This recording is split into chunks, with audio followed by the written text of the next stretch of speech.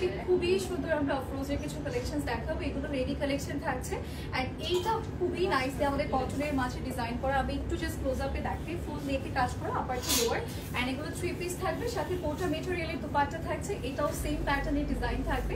যার যেটা পছন্দ হচ্ছে আমরা স্ক্রিনশট ইনবক্স করবো। আজকে ঝটপট কিছু দেখিয়ে দিচ্ছি যেগুলো আপনাদের খুব পছন্দ হবে। এইটা একটু দেখাই, এটাও কটন ফ্যাব্রিকের মধ্যে অল ওভার বডি কাজ করে, সবগুলোই 3 পিসের মাঝে থাকছে। এটা আমরা একটু কোটা ফ্যাব্রিকের মধ্যে পাচ্ছি, দুপাট্টাগুলো গর্জিয়াসলি কাজ করা। এবার যাচ্ছে আমাদের সুন্দর ব্ল্যাক কালারের দিস ওয়ান, দেখেন এটাও কিন্তু কটনের মাঝে অল ওভার বডি কাজ করা আছে, সাথে ট্রাউজার পাবো এন্ড এরকম কোটা ফ্যাব্রিকের একটা দুপাট্টা আছে।